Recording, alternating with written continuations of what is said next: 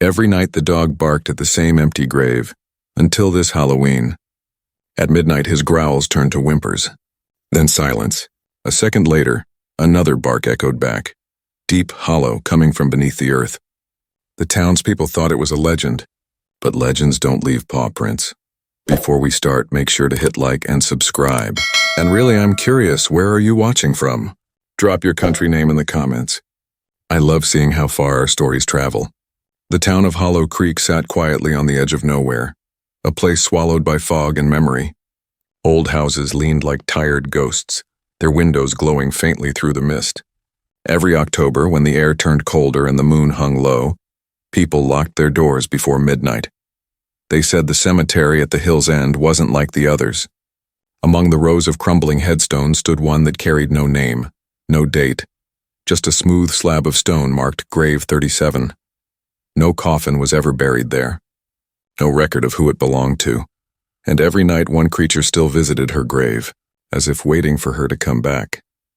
They called him Rufus, a stray German shepherd with a torn ear, matted fur, and eyes too wise for this world. No one knew where he came from. Some said he'd been wandering Hollow Creek for years, always appearing at dusk, always heading toward the same place, Grave 37. He never missed a night. Rain, thunder, or frost, Rufus would sit in front of that nameless grave, motionless for hours. Then, as the clock struck 12, he'd begin to bark. Slow at first, then louder, deeper, echoing across the cemetery like a warning. One winter evening, the cemetery caretaker, Mr. Lyle, tried chasing the dog away with a shovel. The next morning, his tools were found bent, his boots covered in claw marks. After that, he never went near Grave 37 again, and still, Rufus kept coming. Always waiting, always barking. Her name was Emily Carter, a young journalist known for chasing ghost stories, not to prove them true, but to expose the lies behind them. When she heard about the dog in the empty grave of Hollow Creek, she saw her next viral story. On Halloween night, she arrived at the cemetery with a camera bag slung over her shoulder. The fog was thick, clinging to the iron gates like smoke. Her breath came out in pale clouds as she set up motion sensors, recorders, and a single lantern beside Grave 37. "This is Emily Carter," she whispered into her mic. "And tonight, we uncover the truth behind the legend of Rufus, the gravekeeper dog." As midnight crept closer, Rufus appeared through the mist, silent at first, then growling low. Emily pressed record. The lantern flickered. The air grew colder. Rufus began to bark. The ground beneath the grave seemed to breathe, and suddenly, every piece of her equipment went dark. For a long moment, there was only silence. The kind that presses against your chest and makes your heartbeat sound too loud. Emily tapped her camera, whispering, "Come on, work." But before she could speak again, Rufus stiffened. His ears shot up, then came the bark. Deep, muffled, not his. It rumbled up from beneath the ground. Emily froze, eyes wide, staring at the soil. It quivered, just slightly, as though something below had moved. Rufus began pacing, growling low, tail stiff. Then, without warning, he lunged at the grave, claws tearing into the dirt.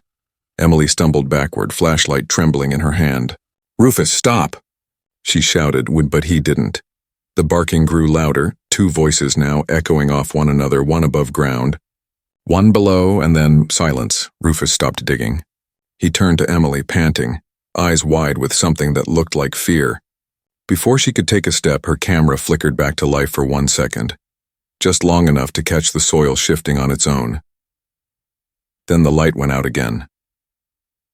By morning, the cemetery was crawling with police and investigators. The once quiet hill buzzed with radio chatter and camera flashes. Grave 37 was no longer undisturbed. The soil had been ripped open. Claw marks dug deep into the earth, far too large for any normal dog. Emily stood nearby, wrapped in a blanket, her face pale and distant. Her camera had been found half buried, lens cracked, still recording faint static.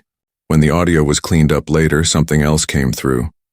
A woman's voice, soft and distant, humming a lullaby no one recognized. They searched for Rufus all day, but the dog had vanished. No tracks, no fur, nothing. Just the marks in the soil and the chill that never left the air. That night, Hollow Creek fell silent. No barking, no whispers, only fog rolling over the graves. But just before dawn, the caretaker swore he saw movement by the woods, Rufus walking slowly into the mist. And beside him, a barefoot woman pale as moonlight humming that same lullaby. In the days that followed, Emily couldn't sleep. Every time she closed her eyes, she saw that grave, the soil breathing, the whispering lullaby. Determined to uncover the truth, she drove to the town archives, a place thick with dust and forgotten names. It was there, buried in an old trial record from 1824, that she found the name Evelyn Ward, a healer, a woman once accused of witchcraft. The townspeople had turned against her, claiming she used forbidden rituals to bring her dead dog back to life. They burned her house, destroyed her garden, and prepared to bury her body in an unmarked grave. But Evelyn disappeared before the execution.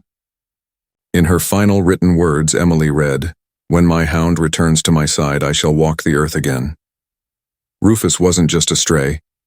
He was her dog, the same loyal creature that died a century ago, bound to her by a spell of devotion and death.